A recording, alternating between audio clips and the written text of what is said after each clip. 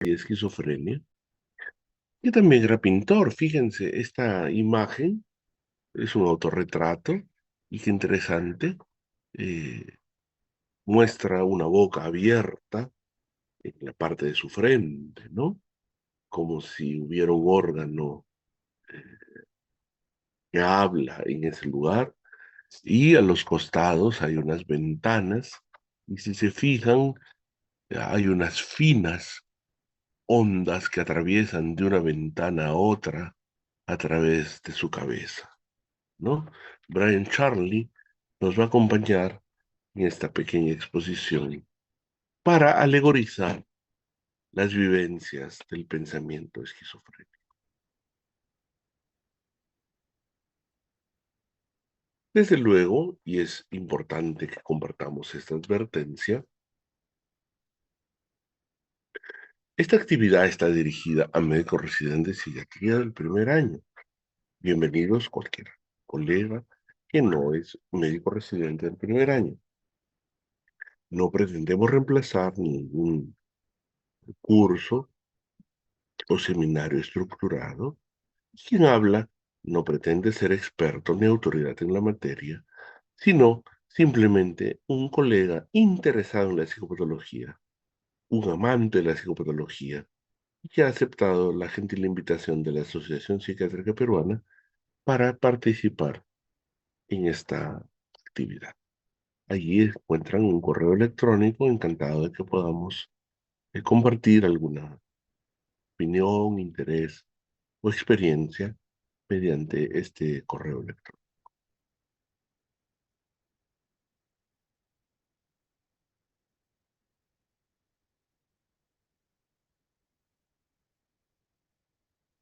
Estuvimos revisando este tema para actualizar la presentación y encontramos esta frase: la esquizofrenia, historia de un destino humano, es un concepto sin duda provisional, quizá el concepto provisional más permanente de la medicina. De hecho, lleva más de un siglo de provisionalidad.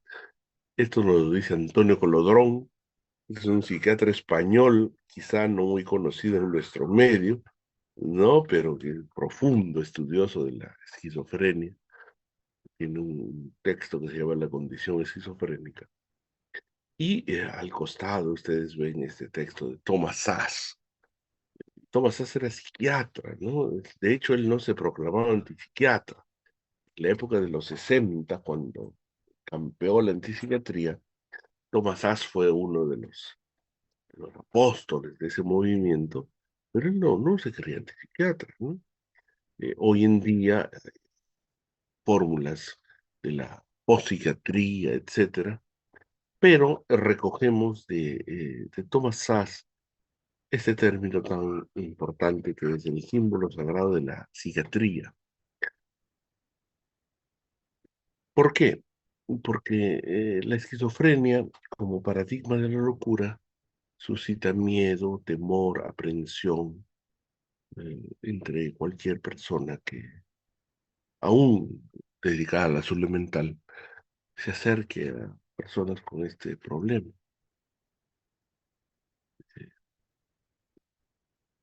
Es probable que solo los psiquiatras, ante la esquizofrenia, tengamos una actitud, obviamente no la mejor, pero a la más cercana, ¿no? La más cercana. Y como habíamos mencionado, a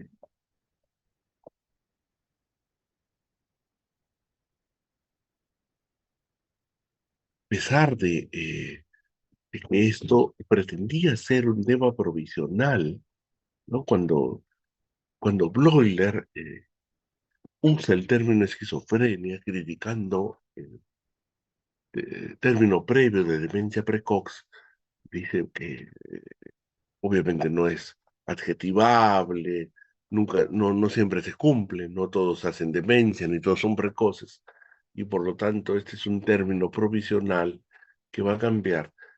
El hecho de que tanto tiempo después siga siendo provisional nos apunta y nos orienta a la complejidad de un asunto que nosotros, como psiquiatras, debemos asumir en su mayor amplitud.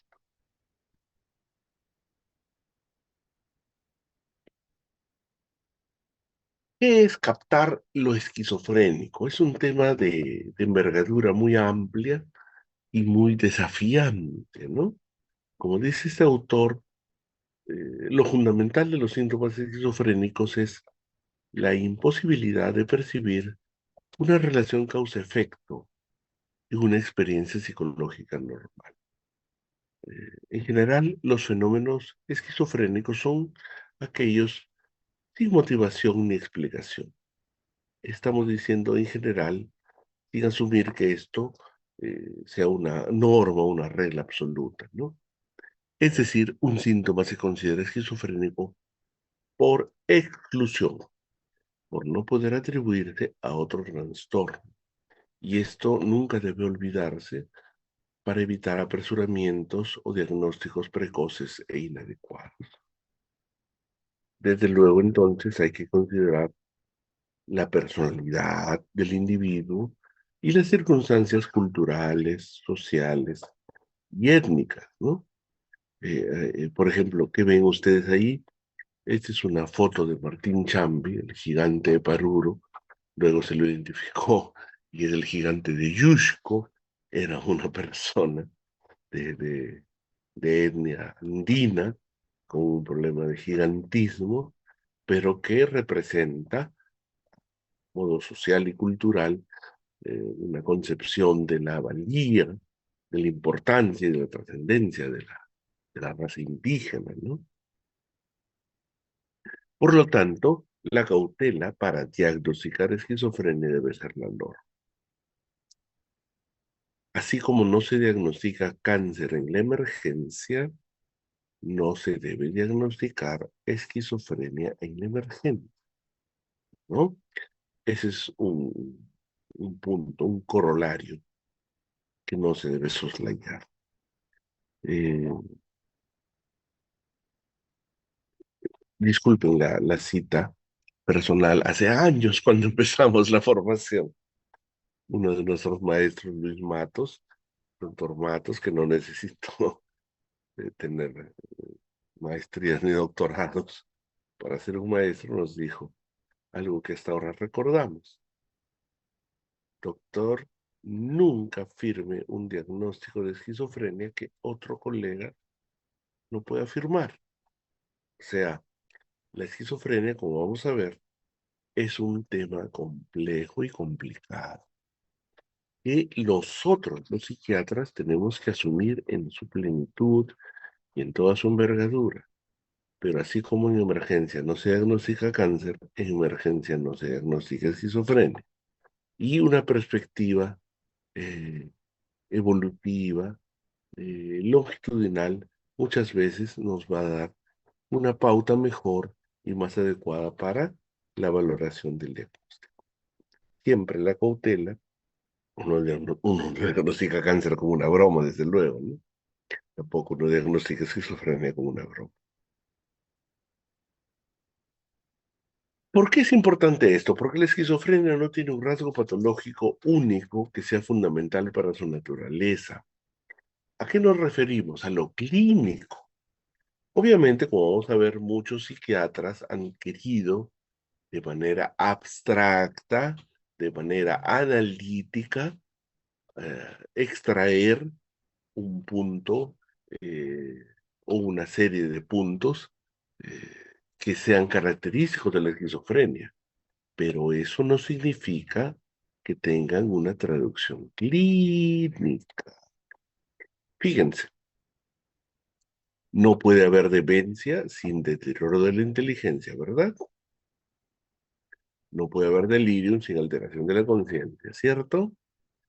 No puede haber psicosis maníaco-depresiva sin alteración de la afectividad, ¿verdad?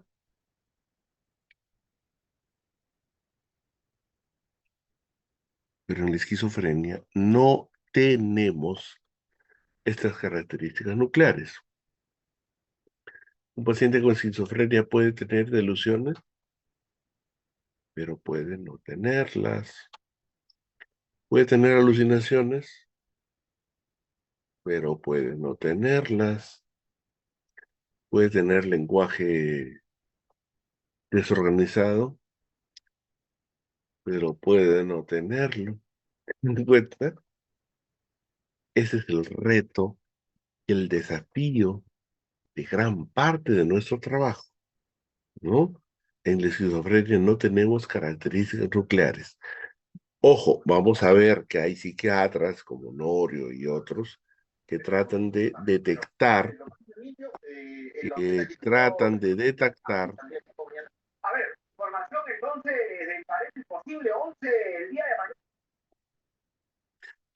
de detectar características uniformes o destacadas entre todos los pacientes con esquizofrenia.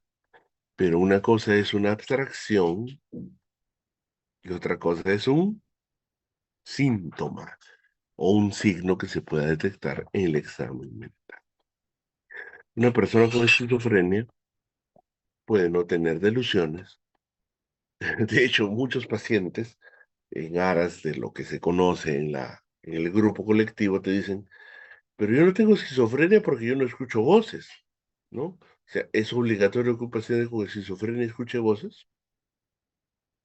No, no, una persona con esquizofrenia puede no tener alucinaciones.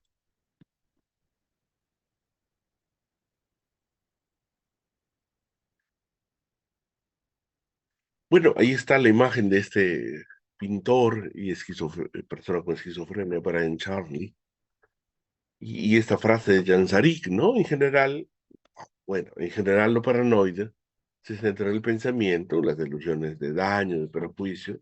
Lo catatónico en la esquizofrenia se centra en la voluntad y en la psicomotricidad. Lo efrénico o desorganizado se centra en la afectividad, de hecho, habría que decir en el lenguaje. Y la esquizofrenia simple, que de hecho no está recogida en el DSM, apunta a las conductas y las mermas, o sea, las pérdidas, ¿no? Pero al final, todas las esquizofrenias tienen algún atisbo de paranoidismo. Es muy probable, como han señalado algunos autores, que en la época, hablando ya de una psiquiatría evolutiva, en la época en que vivíamos como primates en las sabanas africanas, que era lo más útil para sobrevivir eh, ante el enemigo. Lo más útil para sobrevivir ante el enemigo era desconfiar, temer, ser paranoide, ¿no? Mirar con desconfianza al vecino, a la persona del costado, a todos aquellos que estuvieran a nuestro alrededor, ¿no? Es una hipótesis que apunta a por qué es que el pensamiento paranoide es tan prevalente y surge de manera tan intensa, tan aparatosa en los cuadros de esquizofrenia, porque en algún momento ha sido necesario, ha sido valioso en nuestro desempeño y en nuestra sobrevivencia la existencia de este pensamiento de tipo paranoide, ¿no? Lo que nos ayudaba a sobrevivir, lo que nos ayudaba a seguir viviendo era no confiar, sino desconfiar, desconfiar del que estaba al lado, del que estaba más allá, del que se asomaba por eh, la perspectiva del árbol, del monte, de la loma, ¿no? Es probable que eso haya significado la pervivencia de este modo de pensar el paranoidismo.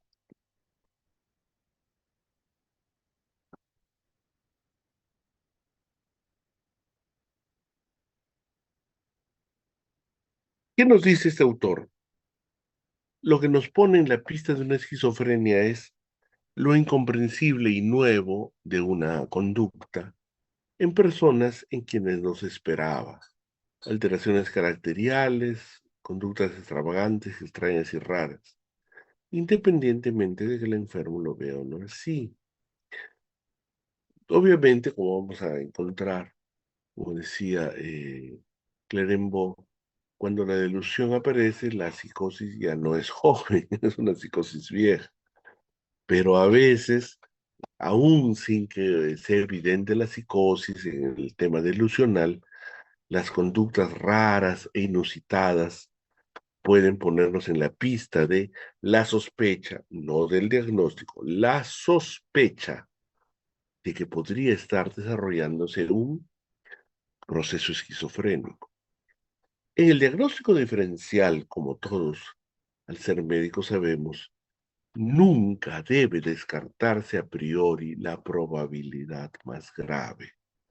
Si tú examinas un abdomen y palpas una masa, sería erróneo que a priori asumas que es un lipoma, porque esa masa pudiese ser, ¿no? Un tumor maligno. Entonces, en el diagnóstico diferencial de cualquier problema de salud, siempre, siempre, siempre debes considerar la posibilidad de un diagnóstico ominoso para que no se te pase por alto, para que no lo dejes soslayado, para que no lo puedas ignorar, ¿no? De hecho, como vamos a ver, el conjunto de características al final es aquello que nos permite sospechar una esquizofrenia, ¿no? Son varios, diversos o hasta una multitud de rasgos incomprensibles que se dan en nuestros pacientes. Puede ser uno solo, pero la mayoría de veces no es uno solo, es más de uno. Por ejemplo, aquí tenemos a don Honorio Delgado en una imagen cuando era bastante joven, no tenía ni 40 años tal vez, ¿no? Una imagen en sepia.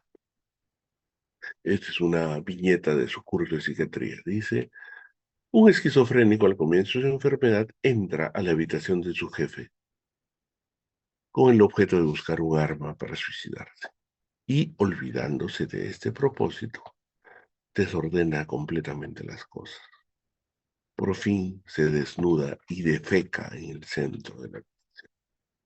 En esto vuelve en sí y al notar lo extraño y absurdo de sus acciones, siente un horrible pesar y rompe a llorar como un niño, ¿no? Esta es una conducta inusitada, inesperada, absolutamente absurda, absolutamente dislocada, ¿no? Y debe apuntarnos al inicio de un proceso esquizofrénico. O este otro ejemplo, también de Honorio. Dice, desperté,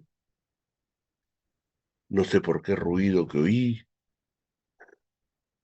eran las 6 de la mañana, en lugar de hacer lo que ordinariamente hacía, salí de mi habitación en pijama, pero con la velocidad de un rayo. Corriendo a través de toda la casa, salí de ella y una vez en la calle corrí con la misma velocidad que antes, sin darme cuenta de los obstáculos. No sentía cansancio ni escuchaba a nadie.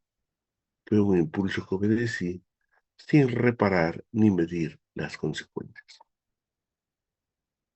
Estos dos ejemplos nos orientan por la conducta inusitada, extraña, heteróclita, carente de nexo con la vida previa, con la vida previa psicológica, con la conducta, con el ser del individuo, nos orientan a una posibilidad pues, de un cuadro psicótico. Pero debemos tener muy en cuenta, recordar siempre, que determinar lo raro o lo incomprensible de una conducta no es una tarea fácil, no es una tarea inmediata que asome a nuestra conciencia fácilmente y con todos los criterios fácilmente establecidos y determinados, ¿no? Ese es un punto de la mayor envergadura que siempre debemos considerar ante una posibilidad diagnóstica de este tipo. Vamos a poner una viñeta que es real, ¿no? Un ingeniero, un muchacho joven, ingeniero de minas, que tenía rasgos esquizoides, paranoides, un individuo ansioso. Viajó a trabajar en la sierra, pues, a trabajar en una mina, ¿no? Poco antes había fallecido un familiar. Una vez que llega a la sierra, que él no era de la sierra, le cuesta adaptarse, siente que lo critican, teme que no esté haciendo bien su trabajo y en la noche empieza a experimentar crisis de pánico, ¿no? No podía dormir, sentía falta de aire, se sentía oprimido eh, y con miedo que le pase algo. Vino nuevamente a la ciudad en la costa y refirió que en la mina lo envidiaban. Incluso ha pensado que le pudieran estar haciendo brujería. ¿Por qué? Porque en las noches siente una bola opresiva, asfixiante, que sube y baja en su pecho, como una culebra, que le arde, ¿no? Le quema todo su tronco, su garganta, su tórax, y lo desespera. No puede dormir, está nervioso y teme mucho, está muy angustiado ante la posibilidad de que se vuelva a repetir esa sensación de una bola que lo oprime en su tórax, en la parte de su corazón y en su garganta, y sube y baja, como una culebra maldita. Una evaluación superficial, inadecuada del psiquiatra lo declaró psicótico a este caballero, ¿no? Si uno profundiza, encontrará que no es psicótico, ¿no? Es un señor esquizoide en una etapa de adaptación y que ha presentado crisis de pánico que las explica a su lenguaje, a su manera muy particular, ¿no? Pero no está esquizofrénico. Por lo tanto, como ustedes pueden ver en este sucinto ejemplo, determinar lo raro o lo incomprensible de una conducta implica que el psiquiatra tenga un conocimiento muy amplio, muy abierto, muy completo de la normalidad, de cómo son las personas en sus culturas, en sus extracciones sociales, aún sin tener patología. Porque si no, como es obvio, vamos a diagnosticar como patológico aquello que simplemente es diferente. En Estados Unidos se diagnostica más con esquizofrenia a las personas foráneas, a los migrantes, sobre todo a los negros, ¿no? ¿Por qué? Porque todo aquello que te parece raro, extraño, rápidamente lo adjudicas a la categoría de psicótico, lo que es un error, ¿no?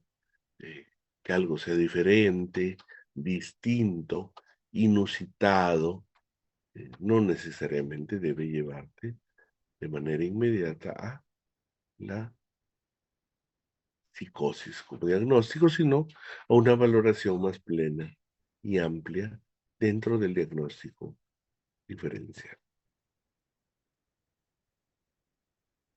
Como habíamos mencionado, el pensamiento esquizofrénico involucra un amplio conjunto de patologías y anomalías.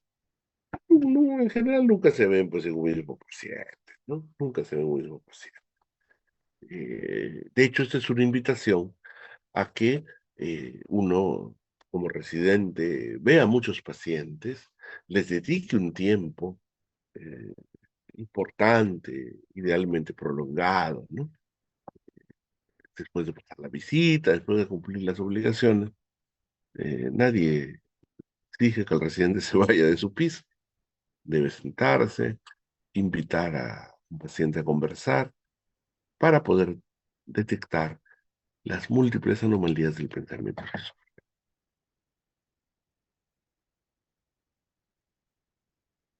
Fíjense, como habíamos mencionado antes, ¿no? El lenguaje esquizofrénico muchas veces es tan peculiar, tan especial, que estas particularidades no se explican solamente por la presencia de delusiones o alucinaciones, ¿no? sino que son propias solamente del lenguaje desorganizado. De hecho, la única demostración inequívoca de un trastorno del pensamiento puede venir en muchas oportunidades a partir del lenguaje, del lenguaje. Eso es importante, ¿por qué? Porque muchas veces uno cree que la psicosis se diagnostica solamente a partir de las alucinaciones y las delusiones. Y eso no es correcto, ¿no? Estaríamos cometiendo un error si es que solo nos vamos a las delusiones y a las alucinaciones para hacer un diagnóstico de psicosis.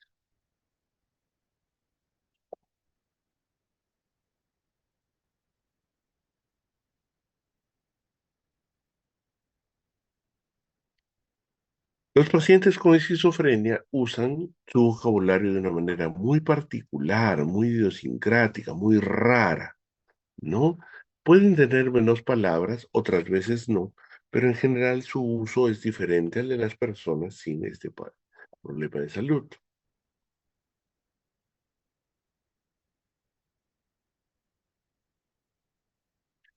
Fíjense, aquí está otra pintura, otro autorretrato del pintor y persona con esquizofrenia que nos acompaña, Brian Charley. Fíjense cómo en su frente hay un bull, como tiro al blanco, ¿no? Como alegorizando la referencialidad, ¿no? Una serie de dardos y flechas van directamente a su frente. Y en sus ojos hay dos clavos, ¿no? Colocados como para ser hundidos. Y en su labio inferior también hay un clavo como pronto a ser taladrado, su propia cara. Bueno, la disgregación del pensamiento, como ya hemos mencionado, es un término característico nuclear de las alteraciones del pensamiento esquizofrénico, ¿no? No es difícil captarlo, pero describirlo sí es un poco complicado. Ahora, si bien se asumía que Kraepelin ya había escrito eso, en realidad el término de disgregación del pensamiento existe desde el siglo XIX en diferentes psiquiatras y psicopatólogos europeos, ¿no? Pero Kraepelin nunca usó un término equivalente, ¿no? O sea, descarrilamiento, cosas así relacionadas con vías férreas, ¿no? Kraepelin usó un término que se llamaba acatafasia, ¿no? Probablemente vinculado, pues, con los hallazgos de las afasias que se describieron en el siglo XIX. Imposibilidad del paciente, acatafasia, para emplear la expresión adecuada para un determinado pensamiento, o sea, era un término en busca de un concepto, ¿no? Era un término todavía vago, todavía impreciso.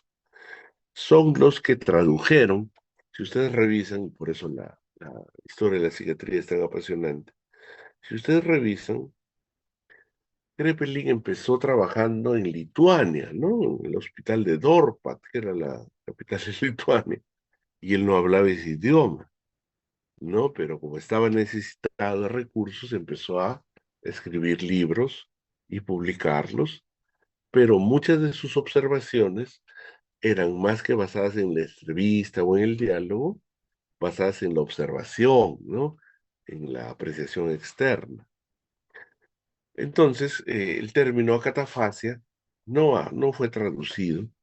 De hecho, las personas que se dedicaban a la traducción escogieron descarrilamiento o algo equivalente a lo que usó luego Bloiler, que es asociaciones laxas o laxitud de las asociaciones. Aquí podemos ver las cuatro A's, las cuatro A de Bloiler, ¿no? Los que designó como síntomas primarios. Perturbaciones de la asociación, o sea, asociaciones laxas, alteraciones del afecto, autismo y ambivalencia. Estas para Bloiler eran las patologías, las anomalías más cercanas a lo nuclear de la esquizofrenia. Pero como podemos ver, eran signos blandos, era difícil caracterizarlos, ¿no? No había criterios específicos para determinar qué es uno y qué es otro. Eran demasiado difusos, demasiado inespecíficos.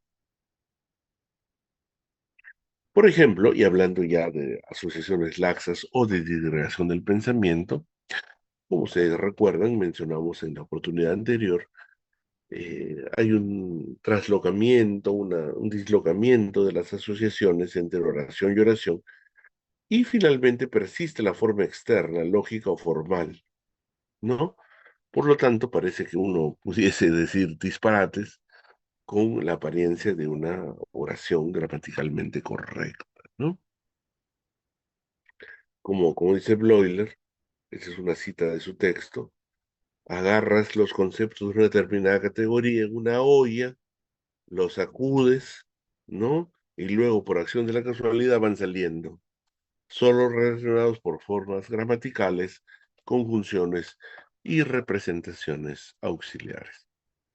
Así describe Bloiler la disgregación del pensamiento, ¿no? O sea, las asociaciones son entre idea e idea, disparatadas, traídas de los pelos, azarosas, casuales, completamente irrelevantes.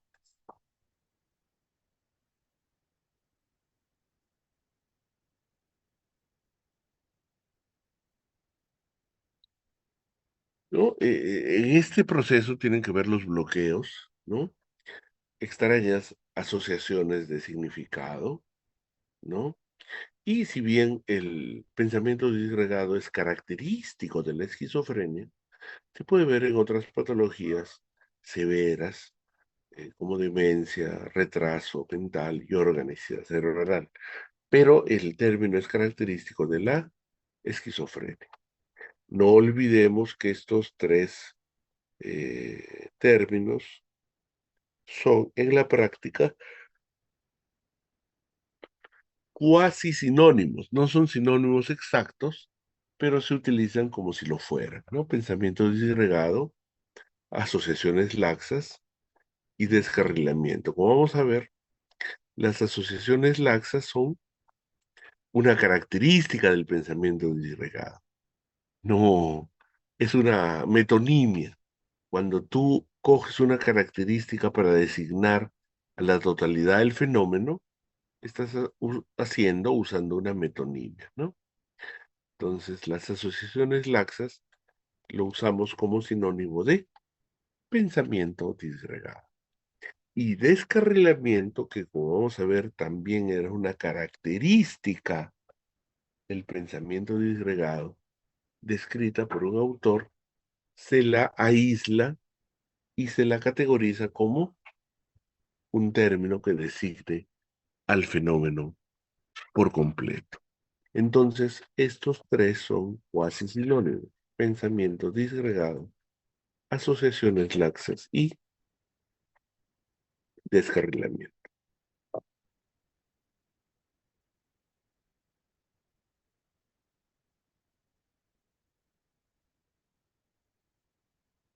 Se ha descrito las asociaciones normales. Cuando ustedes piensan, todos pensamos, nuestro pensamiento va tejiéndose y, y arrimándose en función de asociaciones normales, ¿no?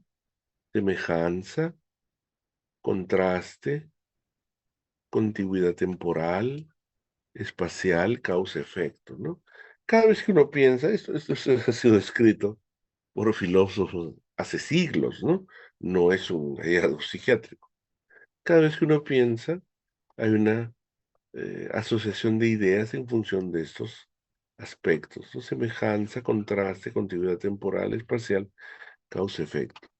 Eso es lo normal, pero en la patología desaparecen, ¿no? Estas asociaciones normales ya no son las que subsisten, sino que aparecen otras extrañas, aberrantes, deformadas y distorsionadas. Eso lo estudió con mayor detalle que Kraepelin Bloiner, que como recordamos fue quien acuñó el término esquizofrenia, ¿no? Entonces, Bloiler que encontró que las asociaciones, en vez de darse de la forma normal, de la forma usual, sucedían de forma extraña, ¿no?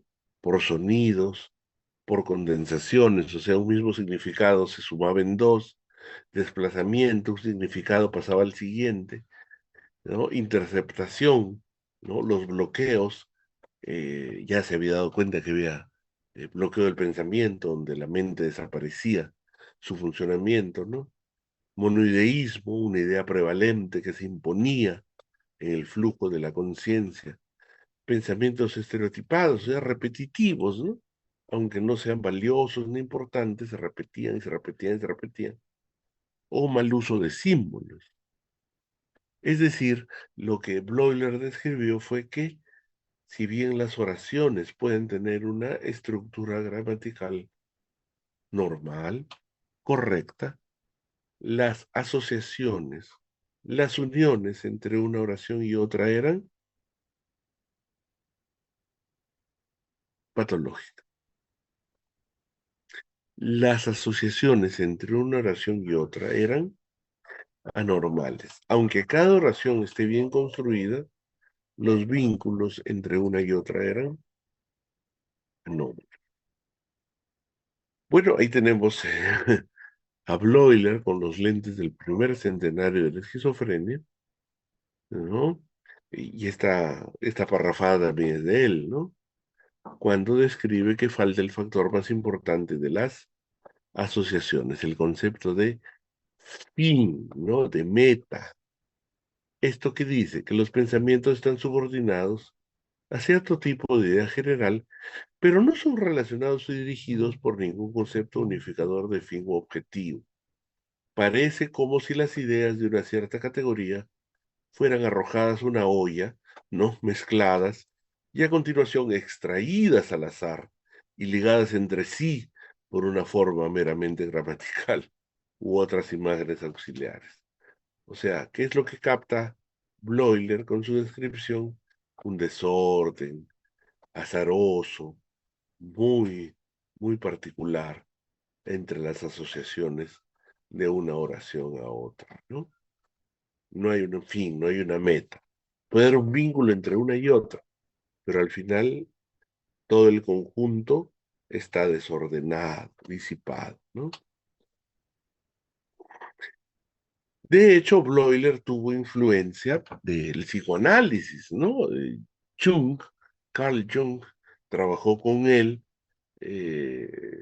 Bloiler estuvo muy cerca de Freud y eso permitió una perspectiva enriquecedora y valiosa de estos fenómenos, ¿no? Él describió que el pensamiento disgregado tenía muchas cosas parecidas a lo que sucede en los sueños, ¿no? Condensación, ¿no? Ustedes han soñado con un colegio que era a la vez su primaria y su secundaria y a la vez su universidad.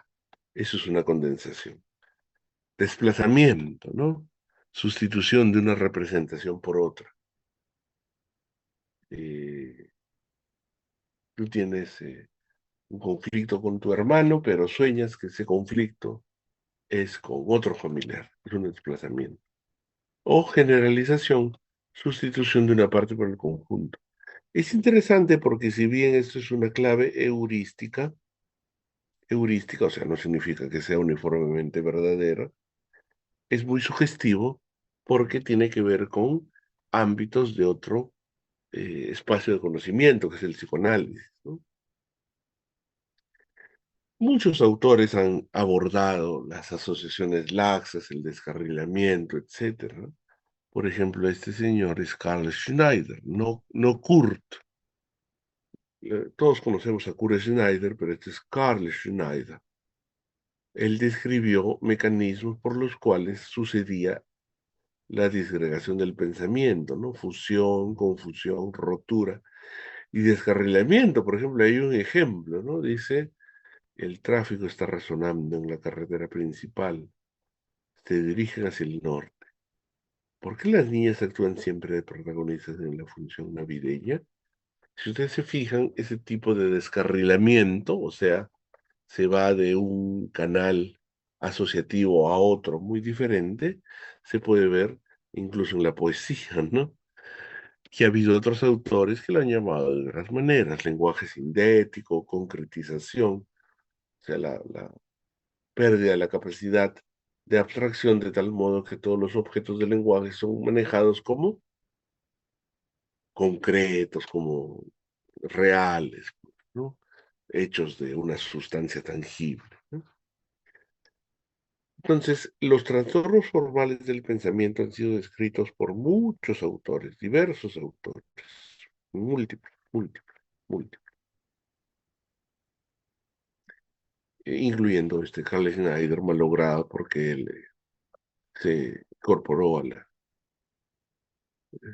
medicina nazista, ¿no? Que, con todos los problemas que tuvo y acarreó con sus conductas y finalmente acabó quitándose la vida por propia mano en el año 1946.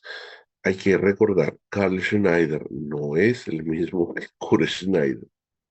Aquí hay un ejemplo de lenguaje disgregado propio de paciente de Manfred Bloiler, ¿no? En el texto de Bloiler, del hijo de Bloiler, podemos encontrar este ejemplo de lenguaje disgregado.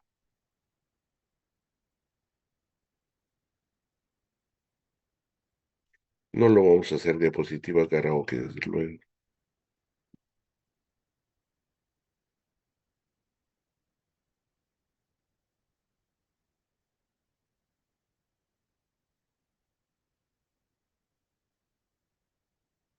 Pero ahí pueden apreciar la cantidad de asociaciones laxas.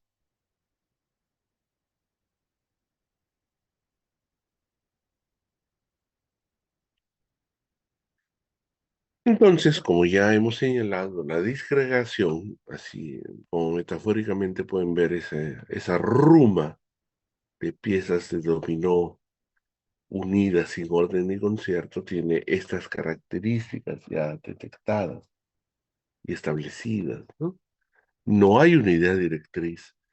Una asociación con la otra pueden tener un vínculo, pero al final toda la conexión del discurso está dañada, ¿no? No hay asociaciones normales, más bien surgen asociaciones inusuales y extravagantes.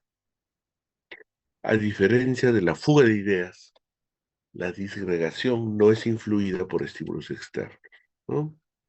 No hay alteración de nivel de conciencia o en un delirium. La incomprensibilidad es parcial, pero aparentemente la forma del discurso es correcta, ¿no? Entonces pueden ver aquí las características del lenguaje disgregado. Si queremos, si queremos, podemos alegorizarlo de esta forma.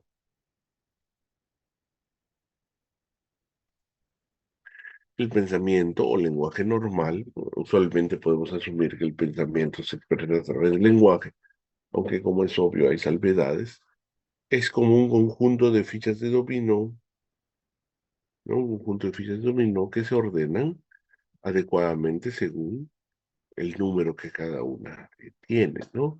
En cambio, en el lenguaje disgregado se pierde esa asociación, se pierde esa asociación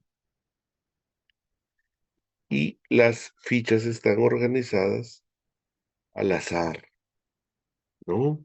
De manera heteróclita, de manera caótica. Recordemos, y es importante esto, que para Honorio Delgado, el tema de la disgregación del pensamiento no se circunscribía a un problema de la asociación de ideas, como Bloiler asumía. Honorio dice que hay una perturbación más profunda, ¿no? Más nuclear, eh, en el sentido de que el individuo ya no capta la normal relación entre un objeto y otro, ¿no?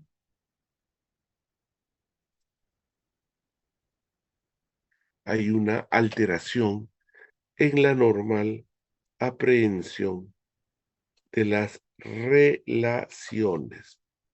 Hay una alteración en la normal aprehensión de las relaciones.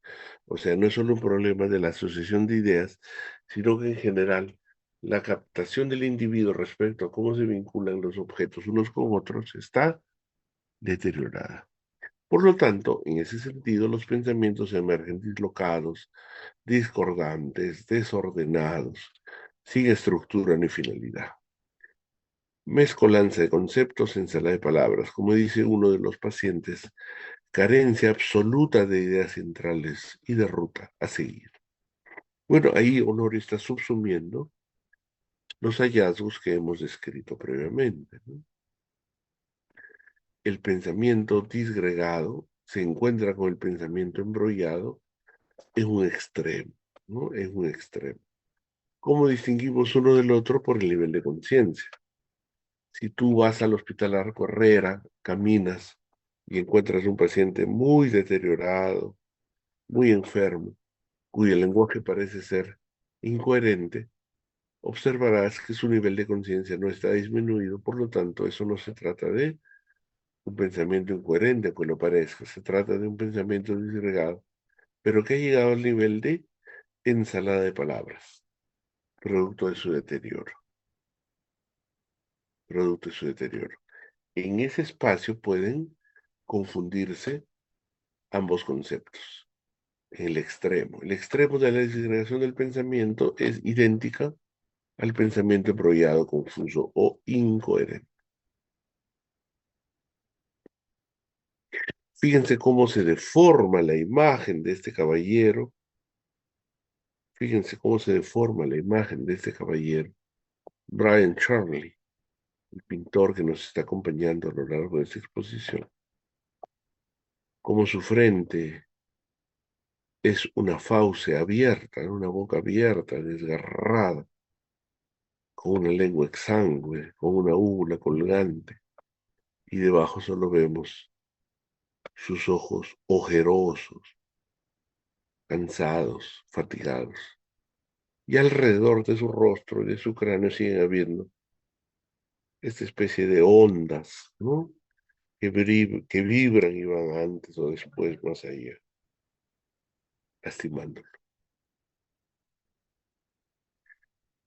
La ambivalencia es un término que designa y no debe confundirse con las vivencias de algunas personalidades anormales, ¿no? Es decir, yo te odio y te quiero.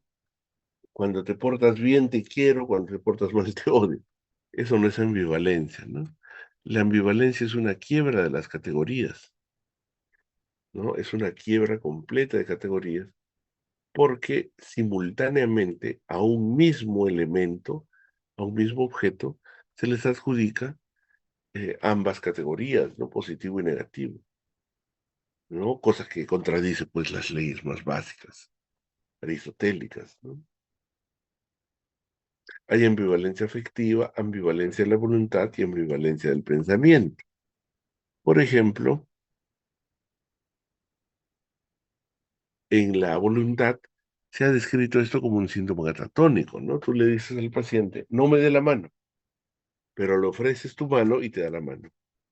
Le repito, no me dé la mano. Le ofreces la mano y te vuelve a dar. ¿Qué encuentras acá? Una disociación entre el lenguaje verbal y el lenguaje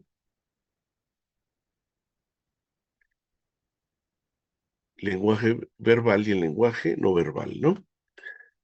Con tus palabras dices una cosa, con tus gestos dices otra. Con tus palabras dices, no me dé la mano. Y con tu gesto, ¿qué estás diciendo? Dame la mano, ¿no? Esa ambivalencia, por ejemplo, es característica de ciertos tipos de catatonía. El autismo es un término interesante porque deriva de la época clásica de los psicodinámicos, ¿no? Autismo es un apócope de autoerotismo, ¿no? El término lo emplea por primera vez Bloiler en su texto sobre la esquizofrenia, en su texto seminal. Autos significa sí mismo, y el autismo está caracterizado por el repliegue de la vida mental del sujeto sobre sí mismo, llegando a la constitución de un mundo cerrado, separado de la realidad exterior y con dificultad extrema de comunicarse con los demás. O sea, no es que el individuo desconozca la existencia de un mundo externo.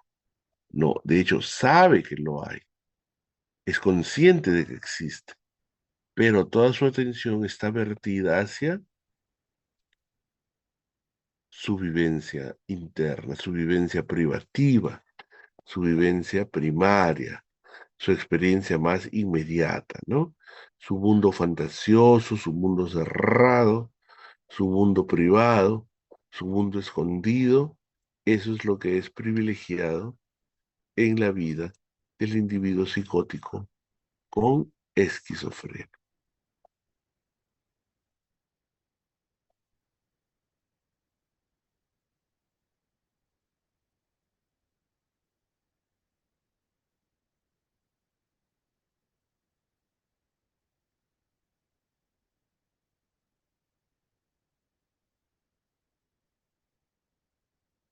Entonces, el autismo designa a un ensimismamiento con pérdida de contacto con la realidad externa. El paciente prefiere vivir en su mundo imaginario, ¿no? A pesar de que en general el paciente puede mantenerlos separados, ¿no? Eh, el mundo autista, su mundo interno con el real, la inversión y permanencia en uno u otro depende de la severidad del cuadro. Y el sinónimo es el pensamiento dereístico. Cuando usted ve un paciente crónico, va a encontrarlo cerrado, evasivo, que no hace contacto visual, que se distancia, ¿no? Pero al final no es solo por desconfianza o por síntomas positivos, sino porque el paciente está así, volcado totalmente a su mundo interior. Entonces, el apócope de autoerotismo, porque en la teoría psicoanalítica, ¿no? El primer objeto de deseo y de placer era el mismo bebé, la misma criatura. Entonces se eh, resume, se hace un apócope de autoerotismo en autismo. Fíjese lo que dice Bloiler, el mundo autista tiene para el paciente tanta realidad como el verdadero, pero es una realidad de distinta especie. Entonces los pacientes toman a su mundo fantástico por real y a la realidad por una ilusión. Ya no creen en la evidencia de sus propios sentimientos. Fíjense qué interesante que es esto, ¿no? Qué interesante que es esto. Esa disyuntiva, esa dicotomía entre el mundo auténtico y real se pierde en el paciente esquizofrénico. Bueno, aquí está Don Honorio, que nos hace recordar que hay otras características del pensamiento esquizofrénico. La adjudicación de significados adventicios, ¿no? Que la misma Nancy Andreasen describe en su escala para alteraciones del pensamiento y la comunicación, ¿no? El simbolismo primitivo, donde el lenguaje de la persona con esquizofrenia revela relaciones muy extrañas, muy peculiares. O sea, si usted trata de entender, es como cuando era niño, ¿no? Haga un esfuerzo a recordar su niñez y un juguete, un pomito, una caja, simbolizaba determinada cosa, ¿no? Ese es el simbolismo primitivo, una cosa eh, muy idiosincrática, muy idiosincrática. Por lo tanto, no es fácil acceder a este fenómeno si es que no lo hemos revisado, no lo intuimos, no lo caracterizamos. El poder mágico del pensamiento y la palabra es un fenómeno muy importante e interesante en el pensamiento esquizofrénico porque involucra que el individuo, desde su postura, desde su situación, llega a perder la autocrítica, ¿no? Es un pensamiento totalmente egocéntrico, centrado en uno y con mínima capacidad de cuestionamiento, ¿no? Porque el individuo asume que tiene pues influjos extraordinarios, ¿no? De tener las nubes, producir lluvias, ¿no? Provocar cataclismos. Y la reificación o concretismo de lo mental, que es, como su nombre lo dice, la pérdida de la abstracción. El individuo se desenvuelve con su lenguaje solamente en un nivel elemental, ¿no? Básico. No puede abstraer, ¿no? Es como cuando tú le preguntas un refrán, ¿no? A ver, un refrán que usualmente uno no conoce, ¿no? El refrán de raza le viene al galgo tener el rabo largo. El común de personas no usa ese refrán. Pero ¿a qué se refiere? De raza le viene al galgo tener el rabo largo. De raza, herencia, ¿no? Herencia, una característica hereditaria, ¿no? Entonces, si tú le preguntas ese refrán a una persona que ha perdido su capacidad de extracción, te dice, bueno, depende del perro, porque el Doberman tiene su rabo chiquito y otros perros tienen su rabo largo. ¿Qué significa? No puede abstraer, no puede despegarse de los elementos concretos para ir a ideas abstractas, ¿no? No puede pensar en el perro, sino en el perro Firulais. No puede pensar en el gato, sino en el gato Misifus, ¿no? Es concreto. Ha perdido la capacidad de irse del objeto a la idea, ¿no? Eso es característico de la reificación o concretismo de lo mental, ¿no? Concretismo de lo mental. Todas esas características juntas suelen orientarnos a un pensamiento, pues, esquizofrénico.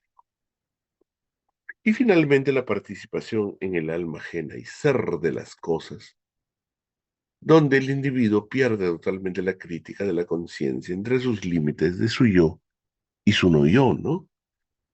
Pues es una forma de poder mágico también, ¿no?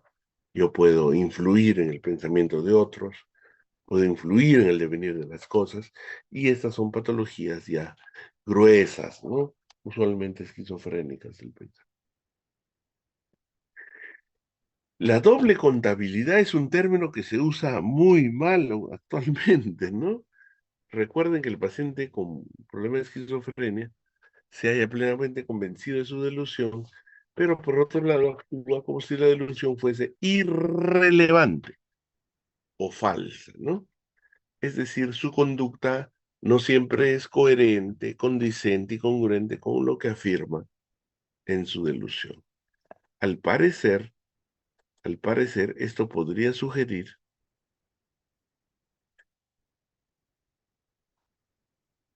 que al menos de modo implícito las personas con esquizofrenia son conscientes de que sus delusiones no son representaciones adecuadas y exactas de la realidad.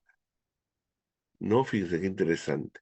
Sugiere que un paciente puede proclamar, decir cosas, manifestar cosas, pero en el fondo intuye que eso que dice no es verdad.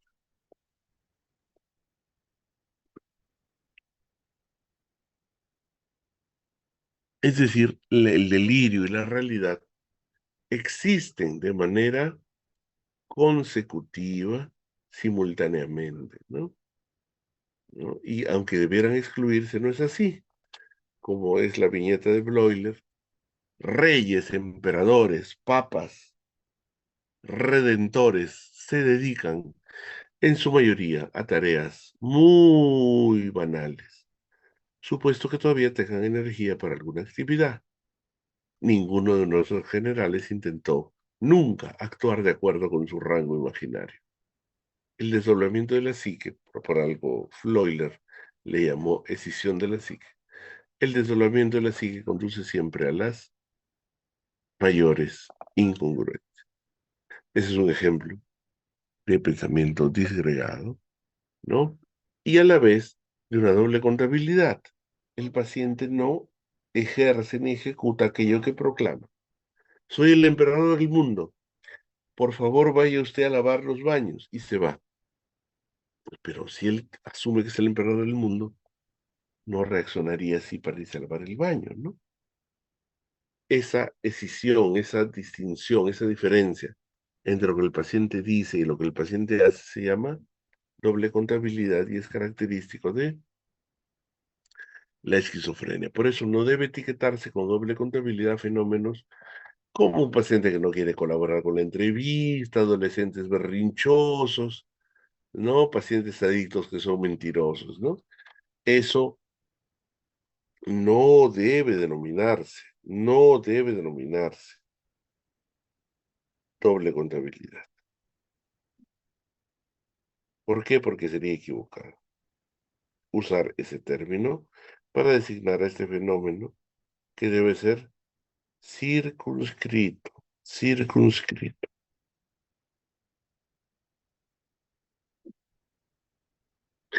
Por ejemplo, en la emergencia donde trabajamos, el paciente puede decir una cosa, pero es muy importante no solo ver lo que dice, sino cómo actúa, ¿no? El paciente puede decir, estoy molesto con mi familiar, le tengo cólera. Bueno, hay que ver la interacción. Pasa el familiar, lo abraza, lo besa, lo saluda, entonces tú dices, bueno, esto tiene que ver con la doble contabilidad porque él dice una cosa, pero siente y hace otra. El bloqueo u obstrucción del pensamiento, ya lo hemos mencionado, ¿no? Es como una crisis de ausencia donde el paciente se queda en blanco y al reanudarse el pensamiento lo hace con una idea nueva, diferente, ¿no? No con la misma, ¿no? Es como si diera un salto, ¿no? Un hiato. No es frustración del objetivo. En la frustración del objetivo, si ustedes recuerdan, el paciente se distrae, se va por otros pensamientos. Y de esta vivencia primaria pueden surgir vivencias, explicaciones, como me roban las ideas, ¿no? El paciente siente que su mente se hace en blanco y de allí delusionalmente dice, me está robando las ideas. Esto lo vamos a desarrollar más adelante en el tema de ilusiones. Recuerden que el bloqueo del pensamiento para don Honorio Delgado era patognomónico de la esquizofrenia.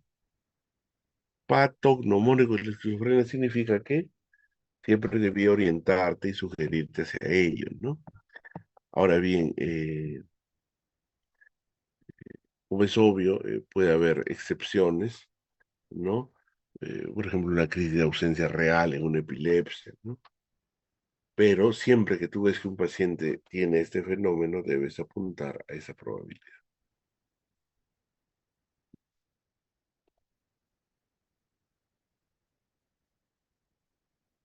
Los neologismos ya los hemos mencionado, tienen que ver con vivencias heteróclitas y extrañas que el individuo trata de caracterizar con palabras raras que deforma a partir de su vivencia previa, ¿no?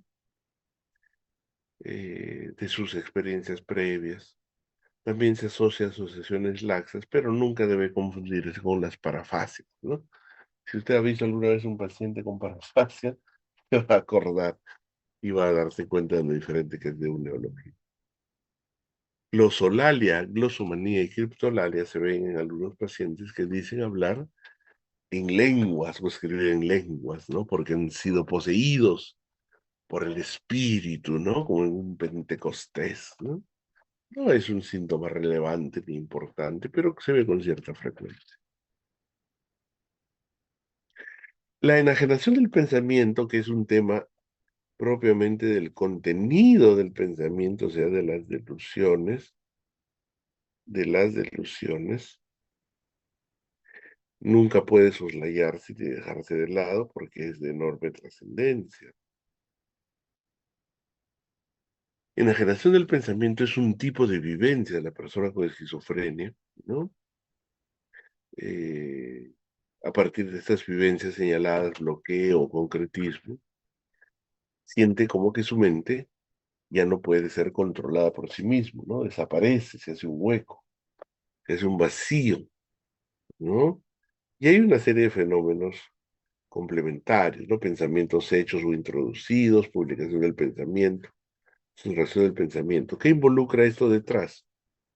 Alteraciones de la conciencia del yo, obviamente, ¿no?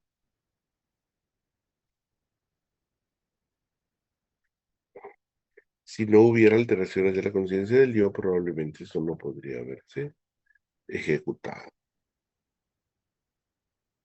Amaneramiento, como sabemos, es sinónimo de manierismo. Manierismo es un término del francés, ¿no? No lo usamos en nuestro idioma. ¿Qué es el amaneramiento? Es un rebuscamiento, un alambicamiento, un adornamiento excesivo y fuera de lugar tanto de gestos como de lenguaje. La escala de Nancy Andreasen, por ejemplo, hay stilted speech, ¿no? Que es lenguaje amanerado, lenguaje rebuscado, ¿no? Esa es la idea del amaneramiento. No es una forma de perseveración, ¿no? Ni de estereotipia. Es una forma amanerada en que el individuo se desenvuelve o se conecta. Las respuestas también las conocen, ¿no? Son formulaciones sin relación con la pregunta que se planteó, ¿no? No tienen significación psicológica unitaria, como dice Jaspers. En la esquizofrenia se parecen a los neologismos y la disgregación. En hebefrénicos puede ser a bromas tontas y en catatónicos pueden ser respuestas propias de negativismo. Se parece al síndrome de Ganser o demencia histérica, que hay que tener cuidado porque, bueno, son gente pues pronto variada. Entonces, para Honorio Delgado, el desorden del pensamiento esquizofrénico se resume en tres disyunciones fundamentales. Estas tres disyunciones son cruciales, son características para su desarrollo como persona. La primera es el autismo, como ya hemos mencionado. Entre el mundo exterior y el mundo interno, el paciente autista se vierte totalmente al mundo interno. Es el autismo. No le interesa lo que pasa afuera, lo que sucede afuera. Está vertido hacia sí mismo. Egoanajóresis, ¿no? Es la disyunción del yo respecto al contenido de la conciencia. Eh, Esto se ve en esquizofrenia, en determinados fenómenos, ¿no? Donde, por ejemplo, la enajenación del pensamiento, ¿no? Dice, no, esa idea no es mía, me la ha puesto el fulano. O yo he pensado, pero me han sacado mis pensamientos y ahora estoy vacío, ¿no? Ese es un ejemplo de egonajores. Y quiebra de las categorías es, dentro del mismo contenido de la conciencia, una disyunción del predicado frente al sujeto. Felizmente, bueno, aquí hemos buscado lo que son las categorías. Las categorías son un concepto filosófico clásico, ¿eh? Clásico, clásico, que pretende una clasificación jerárquica, ¿no? De las unidades del mundo, ¿no? Ahí están las 10 categorías aristotélicas.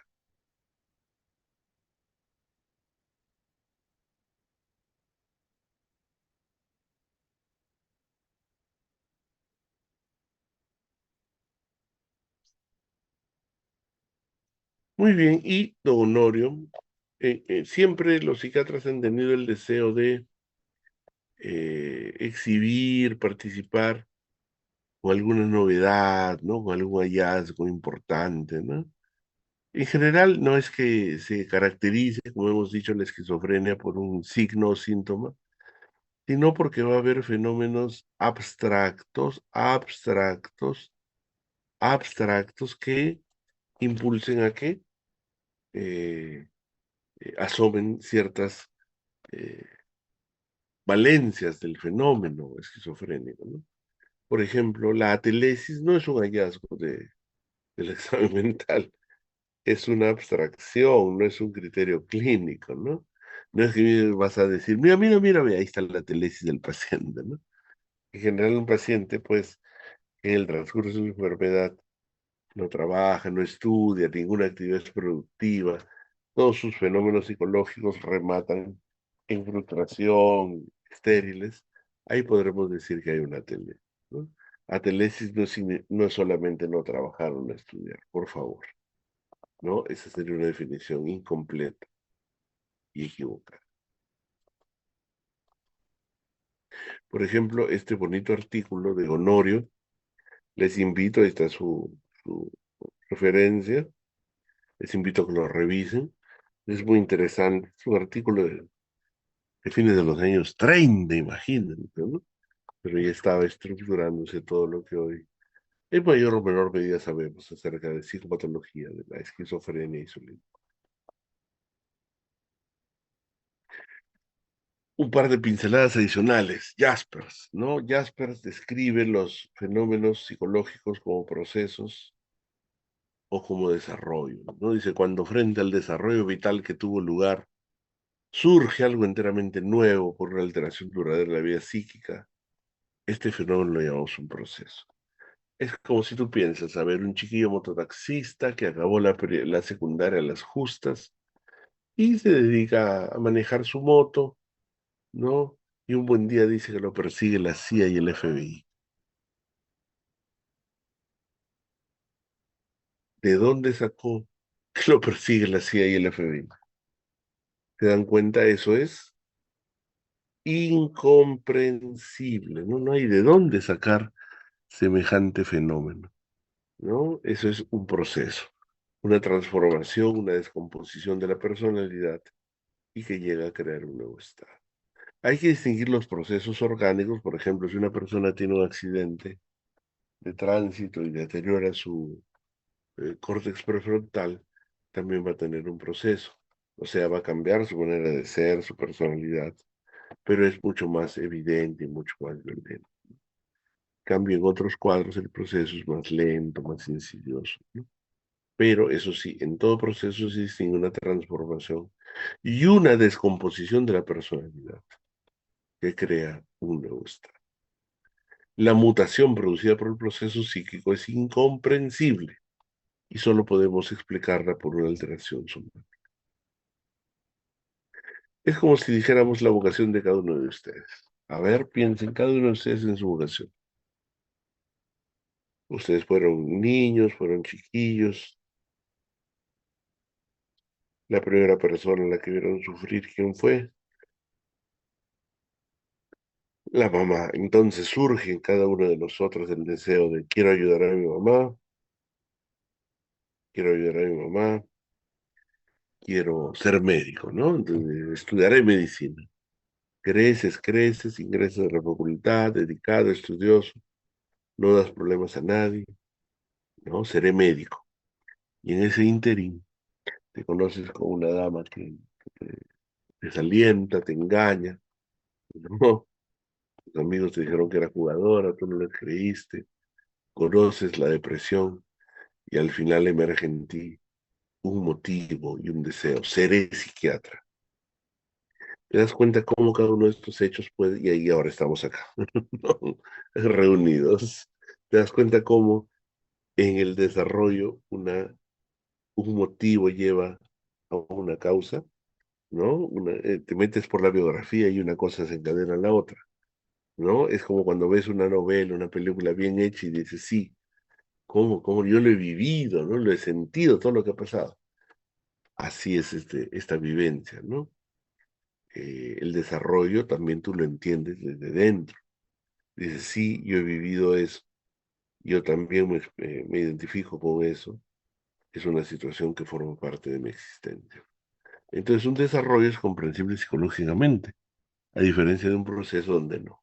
Dice, pero pues ese muchacho que a desarrollo esquizofrenia es un mototaxista, un chico sencillo, humilde, y ahora dice que es el hombre elegido de Dios y que la CIA lo persigue.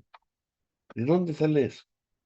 Aparentemente de ninguna parte, pero eso ya te habla de una situación que debe ser entendida como un proceso y no como un desarrollo, que es lo que estamos hablando.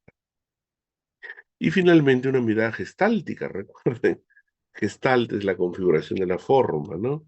Es una corriente psicoterapéutica que surgió a inicios del siglo pasado, pero que también ha sido fructífera en una serie de fenómenos psicóticos, fíjense, ¿no? Este es Klaus Konrad, ¿no? Que también falleció joven, un psiquiatra alemán, que no se entregó al nazismo como Karl Schneider, afortunadamente, y publicó esta monografía, La esquizofrenia iniciática o incipiente, porque como él estaba en el ejército, entrevistaba, valoraba montones de soldados, ¿no? Y ahí se dio cuenta, cuando miró hacia atrás, de que había una serie de pacientes que habían desarrollado episodios psicóticos, ¿no? Entonces digo, pero bueno, ¿qué estamos haciendo? ¿Qué está pasando acá? Entonces él escribió esos estadios desde la trema, ¿no? Esa sensación de incertidumbre. Imagínense que a ustedes les están organizando una fiesta sorpresa, ¿no? Tú tienes incertidumbre, temor, desasosiego, ves que hablan a tus espaldas, que se esconden de arriba a tus espaldas. Bueno, algo elevado a una décima expresión es una trema, ¿no?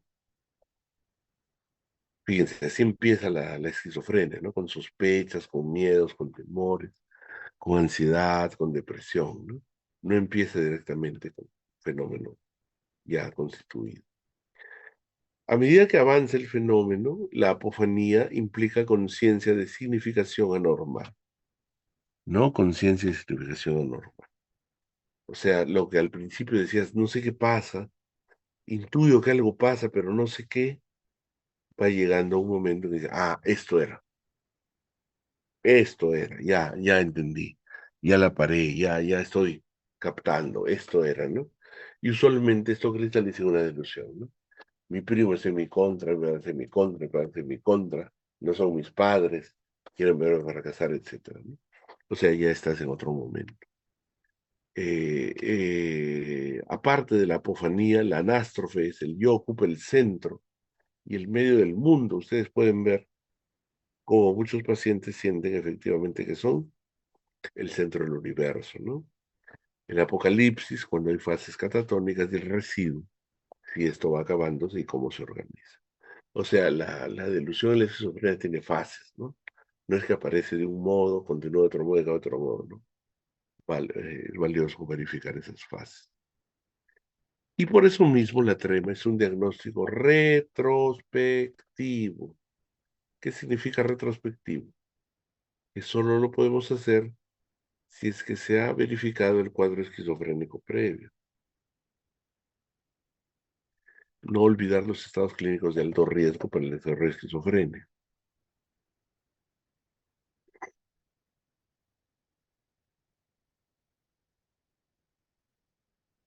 ¿Qué es lo que queremos decir? Aquí hay una pintura final, un autorretrato final de Brian Charlie. Miren, aquí ya no se distingue su rostro, ni su lengua, ni su cara, ¿no? Solo hay una especie de redes neuronales que dicen enemigo, enemigo, enemigo, enemigo, rival, enemigo, enemigo, enemigo, ¿no? Esperanza, hope, ¿no?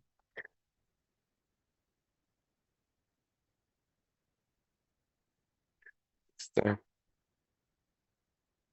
Lo que habíamos mencionado es, esta trema no debe diagnosticarse porque los estados clínicos de alto riesgo, o sea, inicios, parece que se va a iniciar al seguimiento, solo un pequeño porcentaje de desarrollo, ¿no? Recuerdo que cuando yo era residente era como un signo de, caramba, ¿cómo sé, no? Poner, descartar F20, ¿no? O sea, parece una trema, pero no puedes afirmar que es trema porque falta que desarrolle la enfermedad. Si no desarrolla la enfermedad, no es trema, quedó como un síntoma de alto riesgo para el desarrollo de esquizofrenia. Hoy está muy frecuente en boga el estudio de los estados clínicos de alto riesgo de esquizofrenia porque mientras más temprano des el tratamiento, mejor va a ser el pronóstico, pero eso no significa que esto sea fácil y sencillo, ¿no? No es fácil ni sencillo determinar este paciente de acá va a ser esquizofrenia, así que hay que darle un antipsicótico. Le tienes que dar antipsicótico a 20, 30, 40, 50 para ayudar a uno. Y los otros 40 o 50 que van a ser síndrome metabólico. No, pues no hay un balance adecuado. Bueno, fíjense cómo se desfigura la imagen de este Brian Charlie, ¿no? Y parecen redes neuronales que dicen Hope, enemigo, enemigo, enemigo, enemigo, enemigo, enemigo. Finalmente tenemos este autorretrato totalmente desorganizado, ¿no? Solamente unas manchas de color, amarillas, rojas, no, no, no hay más que esas formas pobremente reconocibles.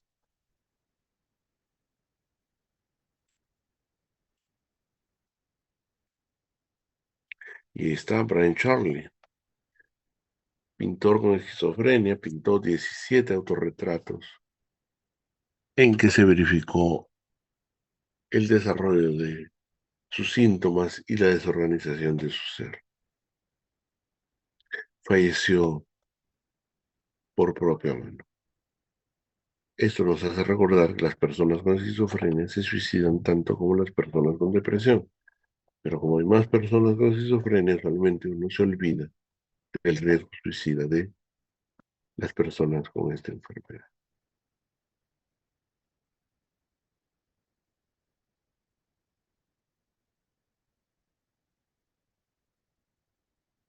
Muy bien,